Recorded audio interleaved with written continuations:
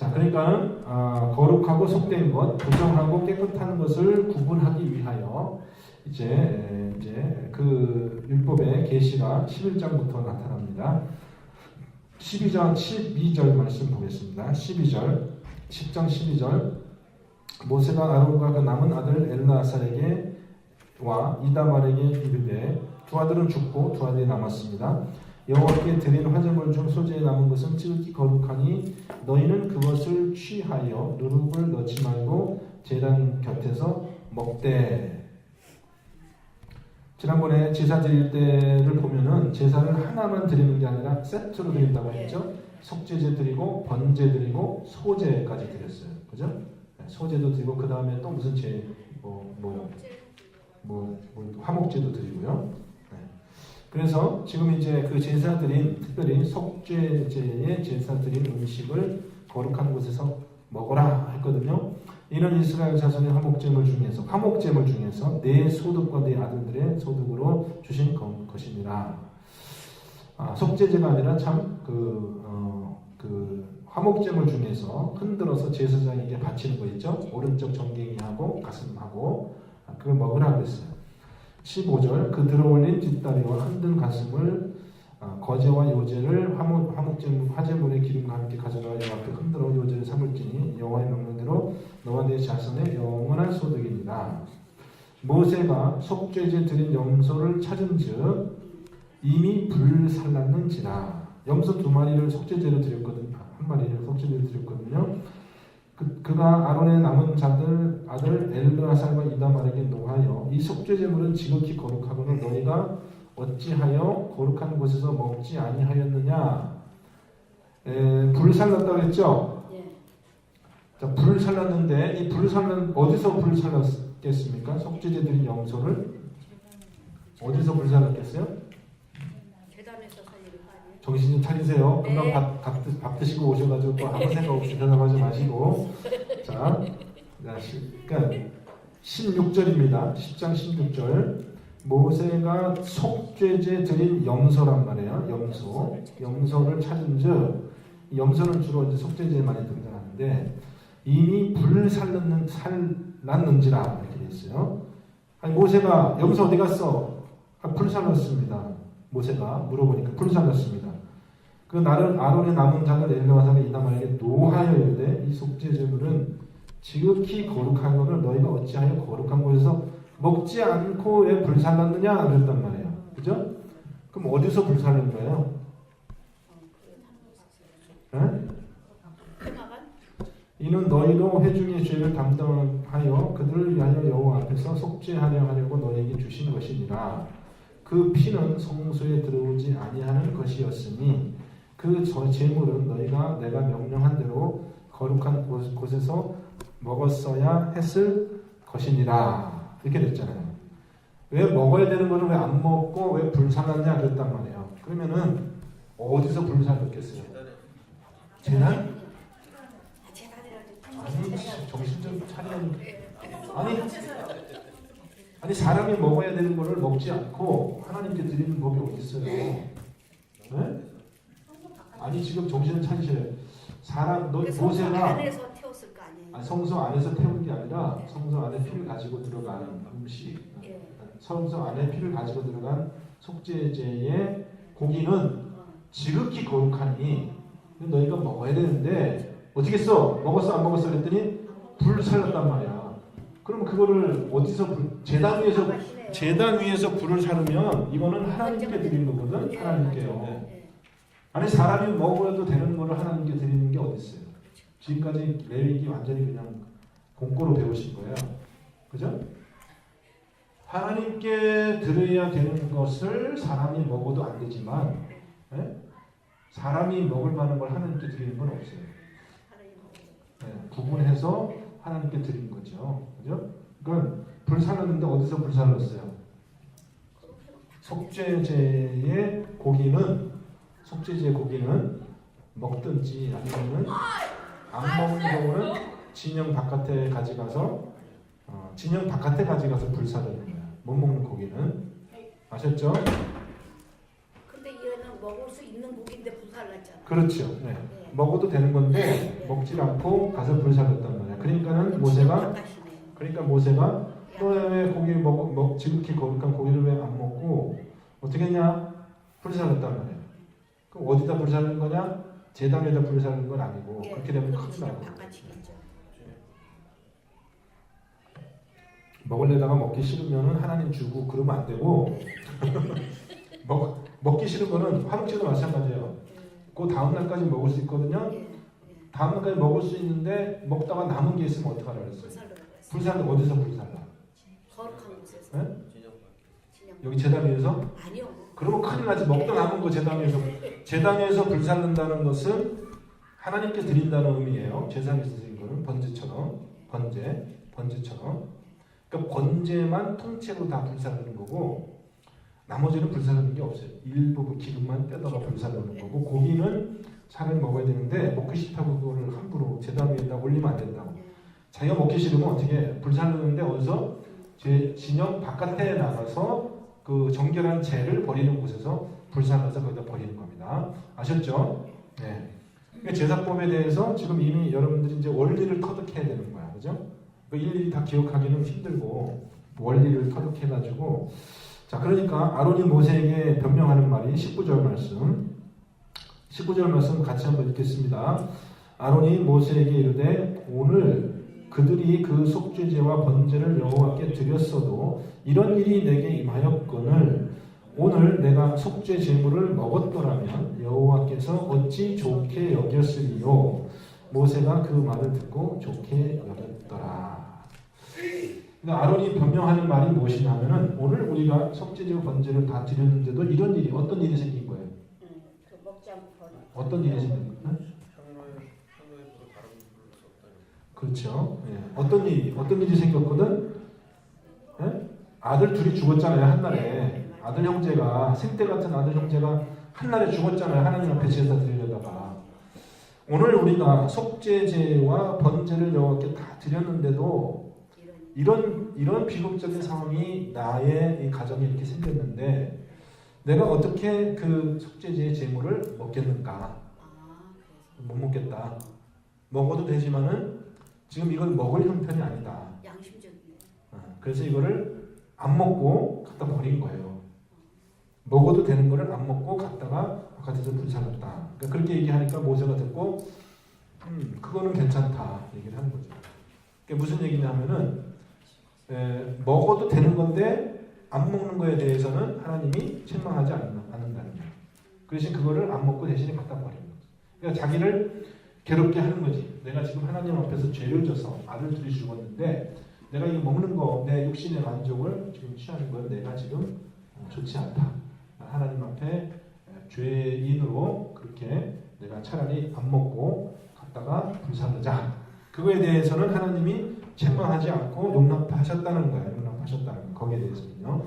제사에도 이런 예외 조항이 있고 해석이 있는 겁니다.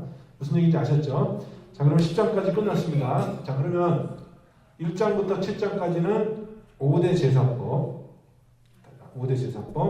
그 다음에 8장, 9장, 10장은 뭐냐? 아론이 제사장이 되어서 첫 번째 제사를 드리는 장면. 물론 거기서 이제 비극적인 일이 있었기 때문에. 그렇죠? 기억하시죠? 세개 기억해야 돼요. 자, 1장부터 7장까지 5대 제사법, 8장부터 10장까지는 아론이 제사장이 되어서 첫 번째 제사를 드리는 사건. 그럼 11장부터는 뭐냐? 11장부터 15장까지 이제 산막입니다. 산막. 11장부터 15장까지는 뭐냐 하면은 정결한 것과 부정한 것을 어떻게 구분하는가 라는 그 규례를 규정하는 겁니다. 11장부터 15장까지는 다 그거예요. 먹는 음식에 대해서 또 입는 옷에 대해서 또 사는 집에 대해서 때로는 유출병, 피부병에 대해서 또 이렇게 어떤 것은 부정한 것이고 어떤 것은 깨끗한 것인가를 가르쳐주는 그런 법이 11장부터 15장까지 있는 겁니다. 그렇죠? 그리고 16장의 마지막에 이제 16장이 뭐냐면은 반환점이라고 했죠. 16장에는 뭐가 있다고 했어요? 속죄일의 규제가 있다고 했습니다.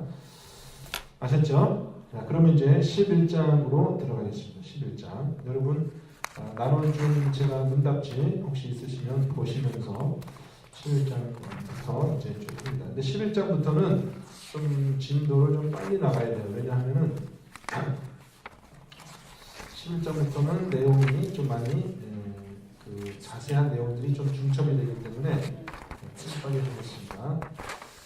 자, 11장 말씀 우리 한 절씩 읽겠습니다. 한 절씩. 먼저 1절부터 8절까지 한 절씩 교독합니다.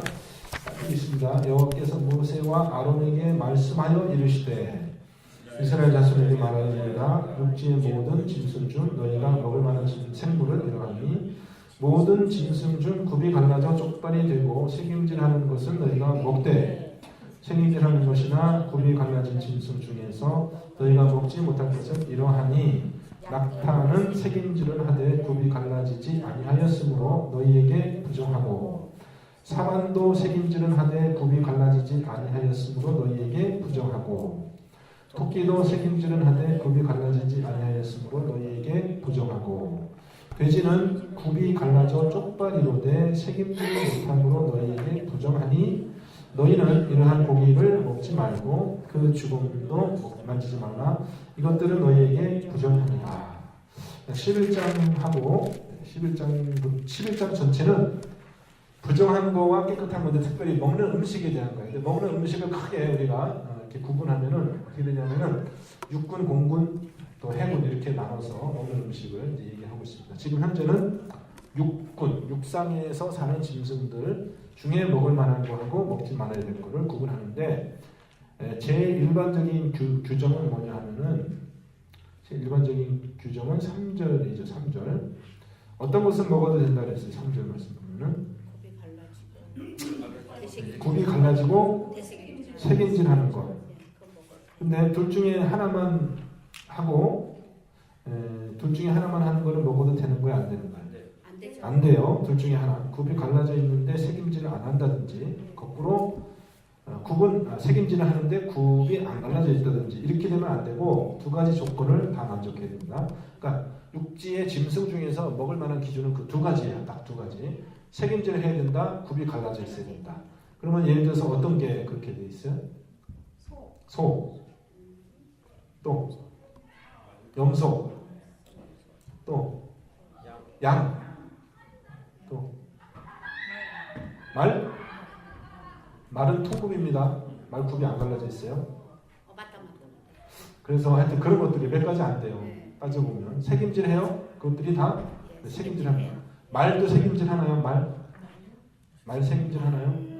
말은 새김질 안 합니다. 말은 새김질 안 해요. 새김질을 안 해요. 토끼는요? 토끼 먹어도 돼요? 안 돼요? 근데 먹잖아요. 토끼 먹지 말라고 돼 있잖아요. 6절에 돼 있잖아요. 토끼는 새김질은 하되 굽이 갈라지지 아니하므로 먹으면 안 된다. 먹는 게 많지 않아요. 자, 그 다음 이제 해군으로 넘어갑니다. 9절부터 12절까지. 9절부터 12절까지 해군 이제 한 절씩 교독합니다. 물에 있는 모든 것들 중에서 너희가 먹을 만한 것은 이것이니 강과 바다와 다른 물에 있는 모든 것 중에서 지느러미와 비늘 있는 것은 너희가 먹되 물에서 움직이는 모든 것과 물에서 사는 모든 것과 곧 강과 바다에 있는 것으로서 지느러미와 비늘이 없는 모든 것은 너희에게 가증한 것이니라. 11절 이들은 너희에게 가증한 것이니 너희는 그 고기를 먹지 말고 그 주공을 가정히 여기라. 12절 수종 생물에 지느러미와 비늘 없는 것은 너희가 혐오할 것이니라. 자, 그러면 물에서 사는 수군들이죠. 수군. 물에서 사는 동물들을 이제 먹을 수 있는 기준이 두 가지예요. 뭐예요? 비늘이 있고 또 지느러미가 있어야 돼. 지느러미가 있어야 돼. 그러면 둘 중에 하나만 있으면 돼요? 안 돼요? 안 돼요. 둘 중에 하나만 있으면 안 돼. 비늘이 없으면 안 돼. 자, 뱀장어. 안 돼요. 장어 왜 안 돼요? 그거를 비늘이 없어요. 비늘이 없어요. 메기. 안 돼요. 메기 매운탕 맛있는데. 예, 맛있어요. 돼요? 안 돼요? 안 돼요. 안 되죠? 왜요? 비늘이 없어서. 뭐 예를 들면 그런 거예요. 이거도 안 되죠. 잉어 되죠. 잉어는 비늘 있고 지느러미도 있 있고 잉어, 붕어 이런 것도 되고 우리가 좋아하는 광어회. 광어 지느러미 다 있네. 해도 돼요. 광어 돼요? 되죠. 광어가 어떻게 돼? 광어 비늘 없잖아요. 광어도 못 드셔봤나 봐. 광어 있어요? 비늘 있어요? 있는데 있어요? 있어요. 광어? 넓적한데? 남쪽에서 배출이 있어요. 아 그래요? 비늘 뺏기고 쳐요. 먹어도 돼요? 다행이네. 나 광어 좋아하는데. 알겠습니다. 먹는 거로 하죠. 그럼. 칼치는 안 돼. 칼치? 안 되죠. 칼치는 안 되지. 칼치. 네, 비닐이 고등어? 있으니까. 돼요. 돼요. 고등어? 고등어 비닐 있어요. 고등어 비늘 있어요? 네. 고등어가 무슨 비늘이 있어? 아 고등어. 있어요. 꽁치. 비늘 없어요. 비닐 꽁치. 없다고? 있는데? 꽁치. 고등어 비늘 없어요. 고등어 무슨 비늘 있어요? 비늘 없어요. 고등어나 꽁치나 뭐 하여튼 이런 것들은 안 되고 비늘이 있고 하여튼 그렇습니다. 자, 그러면 이제 공중, 공군으로 넘어가죠. 공군으로 날아다니는 것들 중에서 먹으면 거. 새 중에 너희가 가정이 여길 것은 이것이라. 13절 읽습니다. 새 중에 너희가 가정이 여길 것은 이것이라. 이것들은 가져간즉 먹지 말지니 곧 독수리와 성이와 물수리와 말똥가리 종류와 까마귀 종류와 타조와 타흐마스와 갈매기와 새매 종류와 얼레미와 가우무지와 부엉이와 흰 오페미와 사나새와 너새와 황새와 백로 종류와 오다새와 박진이라. 아니 뭐 다 먹지 말아야 될 것만 나와 있고 먹어도 되는 건 안 나와 있으니까. 참새. 네? 참새 먹어도 돼요? 예. 아 어떻게 알았어요? 참새 먹잖아 옛날에요. 네 참새는 먹어도 되는 거 어떻게 알았어요? 날개가 있고 네 발로 기어다녀. 그거는 곤충입니다. 이제 그거는. 자, 육해공군 지나고, 그러니까 새 중에는 먹어도 되는 게 뭐 어떤 것들이야? 딱 원칙이 없어요. 근데 대개 보면은 여기 나와 있는 종류는 새 중에서도 우리가 맹금류라고 하는데 육식을 하는 새들이에요. 육식을 하는 새들. 다른 새들을 공격해서 잡아먹기도 하고 그런 새들이거든요. 그러니까 뭐 이렇게 곤충을 먹고 그런 게 아니라 다른 새들을 이렇게 죽이고 시체를 먹고, 근데 그런 종류들의 새는 부정하니까 먹지 마라. 그러니까 먹을 수 있는 대표적인 새는 구약 성경에 나오기를 메추라기. 참새는 없고 그 동네에 참새는 없고 우리가 메추라기라고 하죠. 메추라기. 갈매기요? 메추라기는 참새랑 비슷해요. 네, 비슷한 종류인데 조금 종류가 틀린데 메추라기라는 그런 새는 먹을 수 있어요. 근데 대부분 이제 그렇게 되어 있고요. 그 다음 이제 20절에 갑니다. 20절부터 23절까지는 곤충 중에 먹을 수 있는 거. 같이 한번 읽습니다. 날개가 있고 네 발로 기어다니는 곤충을 너희가 혐오할 것이로되 다만 날개가 있고 네 발로 기어다니는 모든 곤충 중에 그 발에 뛰는 다리가 있어서 땅에서 뛰는 것은 너희가 먹을지니 곧 그 중에 메뚜기 종류와 배짱이 종류와 뚜뚜라미 종류와 팥종이 종류는 너희가 먹으려니와 오직 날개가 있고 기어다니는 곤충은 다 너희가 혐오할 것입니다. 자, 곤충을 먹을 수 있냐 없느냐 일반적인 원칙은 뭐예요? 먹을 수 있어요 없어요? 메뚜기밖에 없네요. 메뚜기. 배짱이 메뚜기. 곤충 중에서 먹을 수 있는 거는 뭐예요? 어떤 걸 먹을 수 있어요? 다리가 있고 조건이 뭐예요?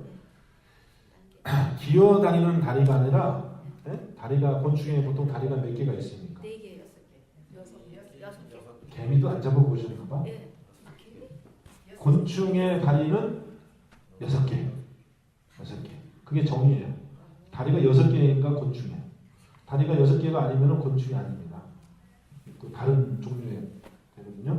그러니까 다리가 6개인 게 곤충인데 그거는 그 6개 다리는 기는 다리, 기어가는 다리고 그 6개 말고 뛰는 다리가 또 2개가 따로 있는 그런 곤충들이 이제 메뚜기, 배짱이 이런 종류입니다. 그 긴 다리가 있어요.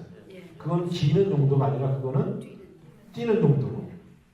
뛰는 다리가 있어서 뛰는 거는 먹어도 되는데 기어다니는 것은 먹지 말라는 거예요. 한마디로 얘기해요. 뛰는 곤충은 먹어도 되는데 기어다니는 곤충은 먹지 말라는 거죠. 아셨죠? 그래서 이제 우리가 어렸을 때 또 메뚜기 참 맛있게 먹었는데 메뚜기는 먹어도 된다는 거예요. 메뚜기는. 나는 세상에 태어나서 제일 맛있는 게 메뚜기였었는데. 어릴 때. 자, 그 다음에 이제 먹을 거 다 했죠. 육해 공군 다 하고 곤충까지 다 하고 이제 24절로 가가지고 그 다음에 또 이제 이런 것들 이런 짐승이 부정하게 되는 것이 있습니다. 뭐냐면 그 시체를 만지면 부정하게 된다. 24절부터 28절까지 있습니다. 이런 것들은 너희를 부정하게 하나니 누구든지 이런 것들의 죽음을 만지면 저녁까지 부정할 것이요 그 죽음을 옮기는 모든 자는 그 옷을 빨지니 저녁까지 부정하리라. 굽이 갈라진 모든 짐승 중에 족발이 아닌 것이나 책임질 아니하는 것의 죽음은 다 내게 부정하니 만지는 자는 부정할 것이요 네 발로 다니는 모든 짐승 중 발바닥으로 다니는 것은 다 내게 부정하니 그 죽음을 만지는 자는 저녁까지 부정할 것이며 그 죽음을 옮기는 자는 그 옷을 빨지니 저녁까지 부정하니라. 그것들이 내게 부정하니라. 자, 이거는 일반적인 원칙이에요. 앞에 육해공군 곤충 다 할 것 없이 모든 부정한 짐승의 죽음이라는 것은 시체죠. 시체를 만지면은 내가 일시적으로 부정하게 된다라는 것입니다. 아시죠? 일시적으로 언제까지? 저녁 때까지. 그리고 이 부정하면서 다시 깨끗하게 되려면 어떻게 해요? 세 가지를 어떻게 해야 돼요? 네, 몸을 씻고 옷을 빨고 저녁 때까지 기다리면 깨끗하게 된다. 이렇게 됩니다. 다시 정결하게 되어지는 절차가 세 가지예요. 옷을 빨고 몸을 씻고 저녁까지. 그러니까 이제 지금부터 부정함이 나오는데 부정함이 점점점 그 부정함이 도가 심해져요. 그리고 거룩함에도 한 번 거룩함이 있고 두 번 거룩함이 있고 세 번 거룩함이 있다 그랬잖아요. 부정함에도 하루 부정한 것이 있고 일주일 부정한 것이 있고 2주일 부정한 것이 있고 한 달 부정한 것이 있고 또 60일 2주 부정한 것이 있고 또 어떤 경우에는 무제한 정한 기한 없이 계속 영구적으로 부정한 것이 있고 그렇거든요. 평생 나면서부터 죽을 때까지 부정한 것이 있고 뭐 그렇거든요. 그렇기 때문에 이 부정함에도 이제 지금부터 차근차근 이제 부정함이 이제 더 점점 더 갈수록 세지는데 지금은 제일 부정함 중에서도 제일 간단한 부정함이에요. 제일 효과가 적은 부정함이 뭐냐? 하루 동안 부정함, 저녁 때까지만 부정하는 거예요. 요거는 뭐냐? 부정한 짐승의 죽은 시체를 만졌을 때. 그러면 부정한 짐승 살아있는 거를 만지면 어떻게 돼요? 부정하게 돼? 안 부정하게 돼? 그것도 부정하죠. 살아있는 거 만지면. 네. 왜? 부정한 동물이기 때문에. 왜 부정해? 부정한 거니까는 부정을 만지면 부정해지죠. 살아있다 할지라도. 그래요? 근데 왜 여기 그러면 죽음을 만지면 왜 죽음을 만지면 죽음이라는 게 시체거든요. 시체. 죽음을 만지면 부정하다고 그랬잖아 지금. 부정한 건 일체 가까이도 하지 말아야 되죠. 일체 가까이 하지 마. 그럼요. 살아있는 것도 만지면 안 돼. 그럼요. 근데 살아있는 거 만져서 살아있는 걸 만지면은 부정하게 된다라는 말은 없어요. 말씀에. 그래요? 네. 죽은 거를 만지면 부정하게 되고 여기는 부정한 말로 짓이죠. 그러네. 죽은 거를 만지면 부정하다. 죽은 거를 만지면 부정하게 된다 그랬지. 살아있는 걸 근데 만지면 부정하게 된다는 말은 제사법에도 없어요. 부정한 사람 그 가까이도 하면 안 되잖아요. 그죠? 부정한 사람은 사람은 거죠. 또 부정한 사람은 가까이 하면 안 되는데 하여튼 일반적으로 죽은 시체 깨끗한 사람이라도 죽은 시체는 일반적으로 부정한 거거든요. 근데 살아있는 동물 같은 경우는 만진다고 해가지고 부정하게 되는 건 아닌 것 같아요. 부정한 동물인데 불구하고 접촉된다고 해서. 자, 그렇게 일단 먹으면 안 되고 당연히 먹으면 안 되고 그 다음에는 죽은 시체를 접촉하면 안 되는 거예요. 근데 살아있는 거를 만지는 거는 괜찮은 것 같아요. 지금 말씀에 살아있는 걸 만진다고 해서 부정하게 된다는 말은 없어요. 자, 그러니까 내가 이렇게 들판에 가다가 메뚜기를 손으로 팍 잡았다. 메뚜기는 먹을 수 있는 거니까 상관없잖아요. 잡아 먹어도 되는 거예요. 근데 먹지 말아야 되기 위해서 개미를 만졌다. 애들이 바깥에 나가서 개미하고 이렇게 갖다 개미를 장난으로 했다. 뭐 벌에 쏘였다. 부정해요, 부정하지 않아요. 부정한 거죠. 개미 먹어도 돼요, 안 먹으면 안 돼요. 개미. 왜요? 뛰는 다리가 없으니까. 벌은 벌도 안 돼. 번데기 먹어도 돼요. 왜 이렇게 번데기 맛있는데. 그거 번데기 먹어도 돼요, 안 돼요? 안 되죠. 안 돼요. 근데 개미를 만졌어요. 놀다가 개미를 만졌어. 벌에 쏘였어. 그럼 이 사람 부정하게 된 거야, 안 된 거야? 부정하게 됐죠. 됐죠. 질문이 좀 있어요. 부정하는 얘기라고. 이상한 질문은 없어요. 그냥 질문해보는 겁니다. 개미를 내가 만졌어. 예. 개미는 먹으면 안 돼. 안 되지. 먹으면 안 부정한 되지만은 증세잖아요. 살아있는 개미를 내가 만진 거는 예. 부정한. 부정하게 되지는 않는 것 같아. 씻고. 근데 씻고. 개미가 죽었어. 개미가 죽었어. 죽어가지고 내가 먹는 밥그릇에 빠졌어. 개미가. 근데 그걸 이렇게 털어내야 되잖아요. 근데 내가 이제 그걸 만졌어. 개미를. 그러면은 부정하게 되는 거야. 살아있는 개미하고 죽은 개미하고 차이가 있는 거죠. 하여튼 네, 그런 것 같아요. 그 다음에 또 보겠습니다.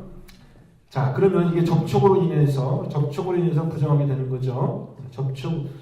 부정함 중에서 제일 약한 부정함은 접촉으로 인해 부정이 되는 겁니다.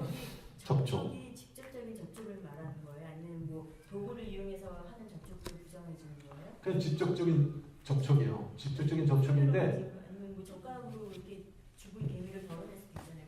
그래 부정해지는 거예요? 젓가락을 만져기. 젓가락이 내 소리 다 때문에.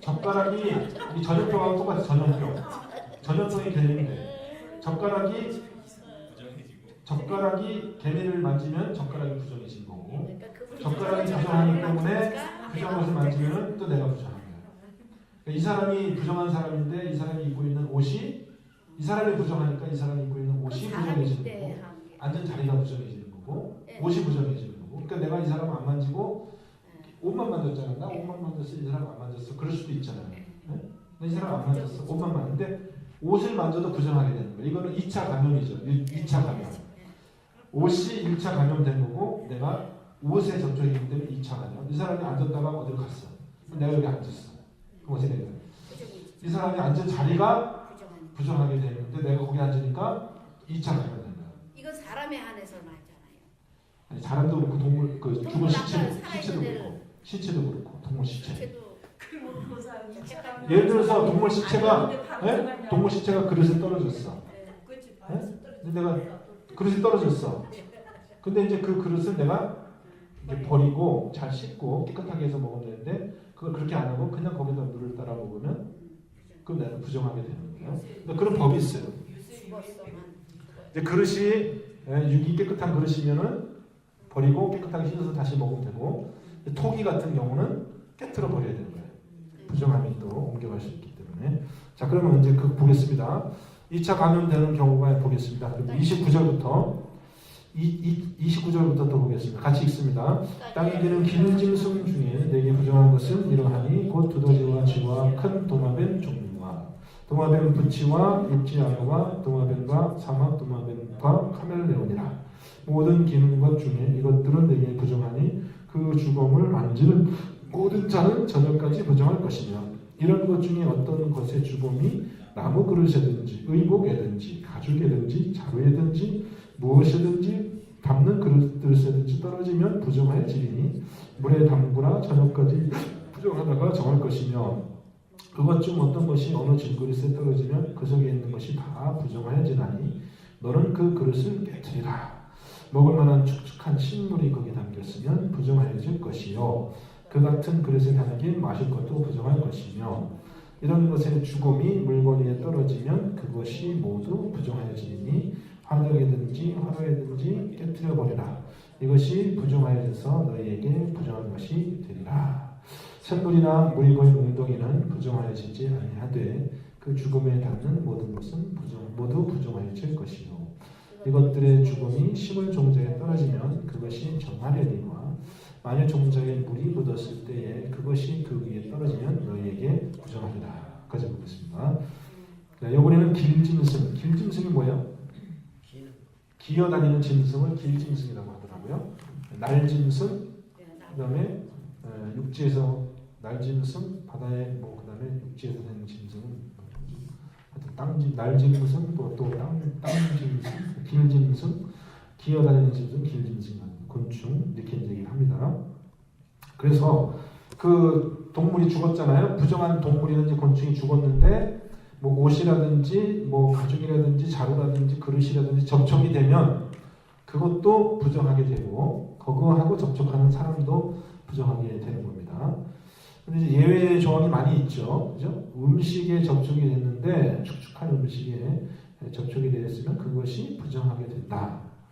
또 종자 씨죠. 씨, 곡식의 씨에 떨어져서 그것이 마른 상태였으면 그게 괜찮은데 깨같은데 죽은 곤충이 예를 들어서 옥수수 종자에 이렇게 떨어졌는데 접촉이 됐는데 옥수수 자루에 떨어졌는데 그 옥수수가 잘 마른 옥수수는 괜찮은데 축축하게 젖어 있는 예를 들어서 옥수수라 하면은 그것이 부정하게 된다. 이렇게 얘기를 합니다.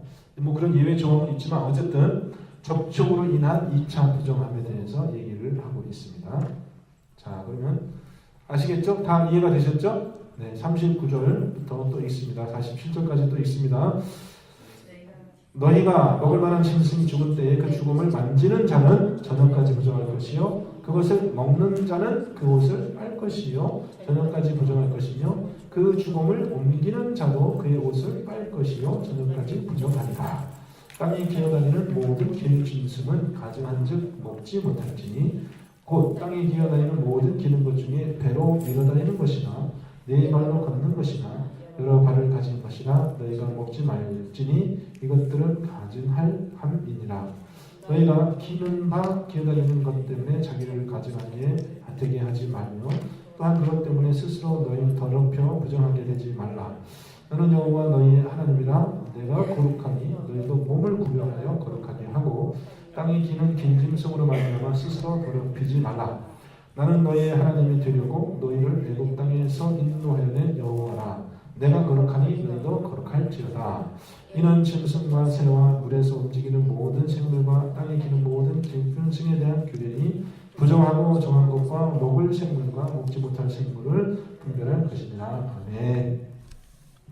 자, 쥐는 부정한 동물이에요. 쥐. 예, 부정한 동물이에요.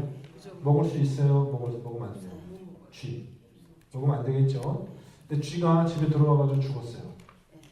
그럼 어떻게 해요? 갖다 버려야 되잖아요. 예. 누가 갖다 버려요? 만지면 부정해지죠.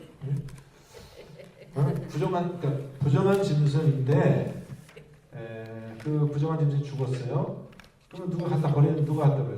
남편이 갖다 버려야 돼요? 부인이 갖다 버려야 돼요? 부인이요. 진짜요? 그 집에서 그렇게 하는 거예요? 이제? 아이고 대단하신 내가 분 하기 싫은 아니에요? 건 남도 하기 싫잖아요. 아, 그러니까 내가 해쳐야지. 설선수범. 예. 거기는 부인이 설선수범 아니고 우리 집에 남편이 설선수범. 야, 이렇게 자신 있게 부인이라고 얘기해 주시면 어려울 것 같아요. 야, 정말 이영하 집사님 정말 잘 가셨다. 하여튼 누가 갖다 버려야 되는데 갖다 버리는 사람은 부정하게 되는 거예요. 왜냐하면 부정한 짐승의 시체를 만졌기 때문에. 그럼 그 사람은 저녁 때까지 기다리고 옷을 빨고 그 다음에 몸을 씻어야지만 깨끗하게 된다. 제일 가벼운 부정함은 제일 덜 부정한 제일 가벼운 부정함은 하루 부정함인데 저녁 때까지 부정함인데 그 부정함을 해소하는 방법은 똑같아요. 옷을 빨고 몸을 씻고 저녁 때까지 기다리면 다시 깨끗해진다. 그렇게 되는 거예요. 괜찮죠? 자, 그러면 거기까지 해서 11장 끝났습니다. 11장까지 정리해보면 11장부터 15장까지가 이제 같은 거라고 했습니다. 11장에는 특별히 뭘 먹을 만한 짐승이 무엇인지, 먹으면 안 되는 게 무엇인지, 그 다음에 우리가 접촉해서 부정하게지면은 안 되는 거에 대해서 얘기를 합니다. 육해공군, 나는 짐승, 바다 짐승, 그 다음에 육지에 다니는 짐승, 배로 기는 짐승, 뒷짐승, 그 다음에 곤충까지 다 이제 섭렵을 했습니다. 아셨죠? 네. 됐습니다. 12장 넘어갑니다. 12장에는 이제 아이의 출산한 아이와 출산한 부인의 그 부정함에 대해서 얘기하고 있습니다. 어떤 순서가 있는데 여러분 이제 나중에 잘 살펴보면은 순서를 이제 알 수가 있어요. 12장 1절부터 마지막 끝절까지 8절까지 한 절씩 교독하겠습니다. 여호와께서 모세에게 말씀하여 이르시되 이스라엘 자손에게 말하여 이르라 여인이 임신하여 남자를 낳으면 그는 이래 동안 부정하리니 곧 월경할 때와 같이 부정할 것이요 8째 날에는 그 아이의 포피를 갈 것이요 그 여인은 아직 또 33일을 지내야 사늘이 깨끗하리니 정결하게 되는 기한이 차기 전에는 성물을 만지지도 말며 생시에 들어가지도 말 것이며 여자를 낳으면 그는 두 일에 동안 부정하리니 월경할 때와 같을 것이며 사늘이 깨끗하게 되는 60일, 66일을 지내야 하리라. 아들이나 딸이나 정결하게 되는 기한이 차면 그 여인은 번제를 위하여 1년 된 어린 양을 가져가고 속죄제를 위하여 집비둘기 새끼나 산비둘기를 회막물 제사장에게로 가져갈 것이요 제사장은 그것을 여호와 앞에 들여서 그 여인을 위하여 속죄할지니 그리하면 사늘이 깨끗하리라. 이는 아들이나 딸을 생사한 여인에게 대한 규례니라. 그 여인이 어린 양을 바치기에 힘이 미치지 못하면 산비둘기 2마리나 집비둘기 새끼 2마리를 가져다가 하나는 번제물로 하나는 속죄물로 삼을 것이요 제사장은 그를 위하여 속죄할지니 그가 정결하리라. 아멘. 자, 그러면 앞에는 짐승들 있잖아요. 날짐승, 길짐승, 바다짐승, 육지짐승, 곤충 다 해가지고 뭐를 먹어도 되는지 안 먹어도 되는지, 뭐가 만지면 부정하고 뭐는 안 부정하지 이런 거 얘기했는데 갑자기 또 아기 낳는 여인이 왜 나와요? 갑자기 아기 낳은 여인의 부정함이 갑자기 나오는 왜 이럴까? 특별히 뭐 순서가 왜 이렇게 돼 있나? 특별한 순서가 있는 게 아니라 순서가 어떻게 되냐면 가벼운 부정함에서 더 무거운 부정함을 순서대로 지금 배열하고 있는 거예요. 그러니까 갈수록 더 부정함이 무거워지는 거예요. 아셨죠? 앞에 얘기한 거는 하루만 부정한 거에 대해서 얘기하고 지금은 더 긴 거에 대해서 얘기해요. 자, 아이가 태어나는 남자아이가 태어나면 얼마 동안 부정한다고 그랬어요? 7일 동안. 제 얘기를 잘 듣고 정신 차려서 또 대답해 보세요. 자, 아이가 태어났는데 아이가 태어나면 며칠 동안 부정합니까? 7일 동안인가요? 아이가? 남자아이가 태어났어요. 아이가 태어났는데 남자아이예요. 며칠 동안 부정해요? 7일 동안. 7일 동안. 이렇게 7일 동안 부정. 여자아이가 태어나면 7일 동안. 7일 동안. 그러면 며칠이에요? 14일 동안. 2주 동안 부정하다. 그렇죠? 근데 그 부정함을 어떤 부정함하고 같다고 했습니까? 네? 그 저기 월경할 때. 예. 월경할 때의 부정함과 같다 그랬어요. 그러니까 여인들이 월경하는 기간이 있잖아요. 그 동안은 일시적으로 부정하게 하는 겁니다. 부정하다고 보는 겁니다. 율법에서는. 죄송합니다만은 성차별하는 것이 아니라 율법에서는 그것을 부정하다고 보는 거예요. 지금 부정하다고 보는 건데 나중에 이제 일반적인 원칙이 있습니다. 남자나 여자나 할 것 없이 몸에서 액체가 유출이 되면 피가 나온다든지 뭐 아니면 고름이 나온다든지 피부병이 있어서 몸에서 정상적으로 나오지 않아야 될 것이 나오는 그런 현상이 있으면 부정하게 보거든요. 그런 이제 일환이에요. 그런 법의 일환으로 여자의 생리 현상이 일단 있는 그 기간 동안은 부정한데 출산한 여인의 부정함은 아까 제가 애매모호하게 물어서 여러분도 애매모호하게 대답했는데 자, 아이가 태어났는데 남자아이면 며칠 동안 부정합니까? 3일. 누가 부정한 거예요? 아이가 부정한 거예요? 엄마가 부정한 거예요? 엄마가 부정. 엄마가 일주일 동안 부정한 거예요?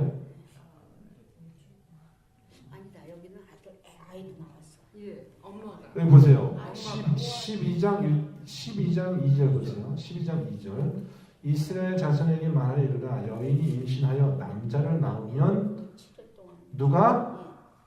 애기 남자를 낳으면 아기가 어디 애기가라는 말이 어디 있어? 애기가라는 말은 없고 누가? 그는 그는 이래 동안 부정하리니 곧 월경할 때와 같이 부정. 누가? 여자 엄마 그럼 여기는 임신한 그러면 애기가 되는 거네요. 아니요 왜냐하면은 여자 곧 여자예요, 정도할 때와 남자예요? 같이 여자 여자. 오케이. 여자가 이래 동안 부정하리니 곧 월경할 때와 같으니 부정할 것이며 여덟째 날에는 아이가 태어난 여덟째 날에는 그 아이의 포피를 뺄 것이다. 그러면 애란 얘기네요. 아니지 응? 여자예요 여자.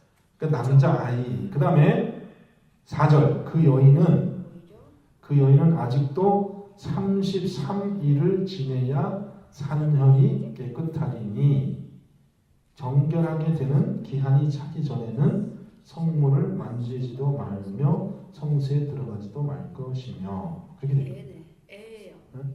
애. 그 뭐예요? 그러면 뒤에 33일은 3일은 또 그거는 뭐예요? 엄마가 애기 완전히 그거 네, 저 그러니까. 위에 예, 예. 피 흘린 그러니까, 것 때문에. 여자가 아기를 낳는데 남자 아이일 때는 7일 동안 부정한데 누가 부정한 거예요? 여자가 엄마가 부정한 거예요? 아기가 부정한 거예요? 엄마요. 엄마도 부정하고 아기도 부정하고 부정하지. 둘 다 부정한데 8일째에 아들이 이제 그 할례를 받잖아요. 포피를 변다는 게 할례를 받는 거죠. 할례를 받으면 그 아이는 정확히. 깨끗하게 되어서 이름도 주고 이제 사람 대접을 하는 거죠.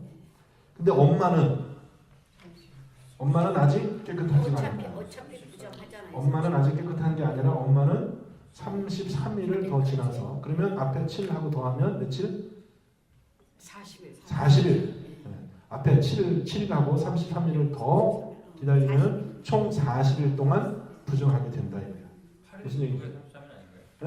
8일까지 얘기하고 나서 33일 더 지나는 거 아니에요? 아니 7일 지난 날에는 8일 네, 7일 지난 다음에 8일까지는 아니고 8째 날에는 아이는 깨끗해진다. 포피를 빼고 그거고 그 여인은 아직도 33일을 더 기다려야 된다 했단 말이에요. 사늘이 마를 때까지. 그러니까 아기를 낳고 일주일 지나면 저는 뭐 안 나와서 모르겠는데 완전히 그 산열이 치유가 안 되고 아물지 않았기 때문에 아마 아직도 정결하지 않다 생각해서 40일을 채워서 그죠? 40일 지난 후에 깨끗하게 되는 겁니다. 아셨죠? 예. 그런데 만약에 태어난 아이가 여자아이일 때는 그는 두 일에 동안 부정하리니 월경할 때와 같을 것이며 이렇게 되어 있거든요. 사늘이 깨끗하게 되면 66일을 지내야 하리라 이렇게 됐거든요. 그러면 앞에 그 두 일에 14일 동안 부정한 것은 태어난 여자아이가 부정한 거고 엄마는 이번에는 66일을 지내니까 합하면은 다 합하면 며칠 되는 거예요? 합하지 말아야 될 것 같아요. 앞에 14일 하고 66일을 합해야 되는 거 아니에요? 아닌 것 같아요. 66일. 아니 네, 보세요. 20일 동안에 아기가 여자를 낳으면 그는 두 일에 동안 부정하니 이 여자애가 여자아기가 부정하고 20 동안 부정하다 이제 그렇게 생각해 봅시다. 월경할 때와 같을 것이며 산열이 깨끗하게 되면 66일을 지내야 하리라 이렇게 했거든요. 그럼 2주 지나고 66일 기다리는 거예요? 아니면 2주를 포함해서 66일이에요? 2주 포함해서. 포함이 되네요. 포함이 된 거예요? 예. 어디에 포함이 된다고 어디 나와 아니요, 있어요? 포함 안 돼요. 아기를 일단 낳았으니까 그날부터 60일 아닙니까? 66일이나 그날부터라는 말이 어디 있어요? 그렇지만 이 7일 동안은 그 여자아이에 한해서 부정하고. 네, 산열이 깨끗하게 되는 때까지가 66일이라고서는 봐야 되는 거 아니에요? 네. 그러니까 포함되는 거죠. 그런데 안 그렇게 포함된 것 같아요. 그렇게 해석할 수도 있는데 앞에 4절 말씀을 보면 어떻게 되겠어요? 앞에 4절 말씀하고 대응되잖아요. 4절 말씀. 그 여인은 아직도 33일을 지내서 40일이 채워져서 정결하게 되는 거고요. 여자가 태어났을 때도 마찬가지예요. 27일, 14일 지나고 66일을 더 지내서 합하면 더블 되니까 어떻게 돼요? 80일. 그렇죠? 남자아이가 태어났을 때는 40일, 여자아이가 태어났을 때는 2배, 80일. 이렇게 남자아이는 일주일, 여자아이는 2주일. 그 다음에 남자아이를 낳은 산모는 40일, 여자아이를 낳은 산모는 80일. 그렇게 되는 거예요. 2배씩 늘어나는 겁니다. 아셨죠? 일단은 그렇게 이해를 해요. 일단 그렇게 이해를 하고 산혈후라 그랬거든요. 산열후? 예, 산열후라는 말이 산혈후가 아니 여기 산열후라는 말은 없는데 있죠. 산열. 산열이라는 말은 있는데 산열. 그러니까 산열후라는 산열이 말은 깨끗하게 되는. 그렇죠. 근데 여기 보면은 영어 성경 보면 확실한데 from 는 네. 산열 후이니까는 그게 토탈인 거거든요. 그러니까 앞에 것도 마찬가지로 남자일 경우에도 7일을 더하는 것이 아니라 그러니까 그 전체 그게 전체가 되지 않나. 그러니까 30, 네. 66이라고. 네, 그렇게 또 해석할 수도 있겠네요. 네. 그런데 여기서는 아직도라고 그랬으니까는 네. 저기가 지나고 난 다음에 거기서부터 다시 또 쳐야 되는 거니까 플러스를 해야 될 것 같은데. 네. 자, 그러면 네, 이거 여러분 숙제를 해보세요. 숙제를 해보시고요. 33일이 맞는지 40일이 맞는지. 그때 이제 제가 이제 아주 두 가지 가능성을 얘기했으니까 뭐 어떤 것이 맞는지 가서 확인해 보시기 바랍니다. 해석에 조금 한국말 번역도 그렇고 영어 번역도 그렇고 해석에 조금 오해가 될 만한 소지가 있어요. 그죠? 조금 해석에 오해될 만한 소지가 있는데 성경을 깊이 앞서 연구하신 분들이 우리에게 다 얘기해 주신 거는 40일과 80일이라는 거예요. 근데 여러분 그런 의문이 있으니까 과연 그런지 한번 가서 확인해 보시기 바랍니다. 자, 그 영어도 믿을 만하지 않고요. 사실은 한국말도 사실은 믿을 만하지가 않아요. 입장이 똑같아요. 영어도 원래 히브리 말에서 번역한 거고 한국말도 히브리 말에서 번역하기 때문에 어떤 경우에는 한글 번역이 더 정확할 수가 있고 어떤 경우에는 영어 번역이 더 정확할 수가 있어요. 되게 의미상으로 봤을 때는 영어 번역이 더 정확한 경우가 또 좀 많은 것 같아요. 한국 번역보다는. 근데 어떤 경우는 한국말 번역이 더 정확한 경우도 있어요. 어떤 경우는. 특별히 이제 영어 번역 중에도 우리가 보는 거는 지금 NIV. 이거는 이제 인터내셔널 잉글리시거든요.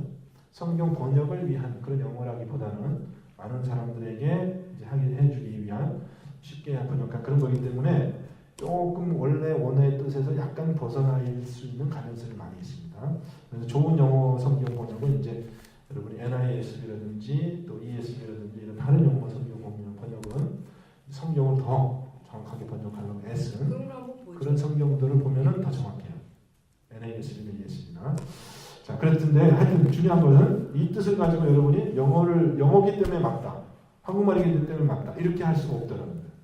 진짜 정확한 의미를 보려면은 원래 히브리 말의 의미를 봐야 되는 거죠. 조금 어려운 것이긴 한데 대신 여러분 정부의 한글 번역을 몇 가지를 찾아보면 돼요. 표준세 번역이나 뭐 다른 번역을 좀 몇 가지 찾아보면은 번역을 다르게 해놨거든요. 그럼 거기를 보면은 이게 7일 더하기 뭐 33일이라는 건지 아니면 이게 합해서 33일인지 그것이 명확하게 되어질 수 있습니다. 쌍둥이를 낳는다고 배가 되는 건 아니죠? 그런 건 없네요. 그런 건 없네요. 근데 그러면 남자 하이어 여자 하이어로 그게 쌍둥이 나면 어떻게 될까요?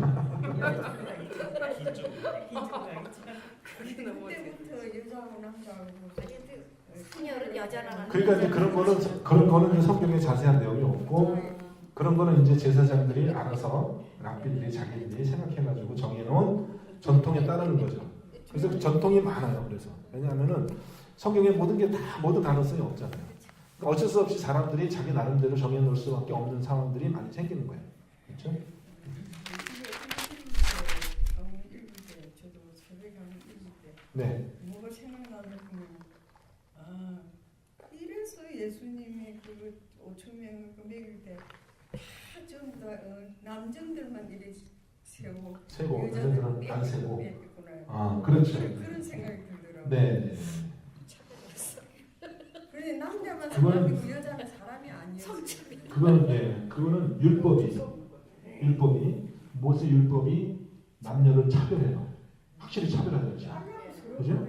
굉장히 차별하죠.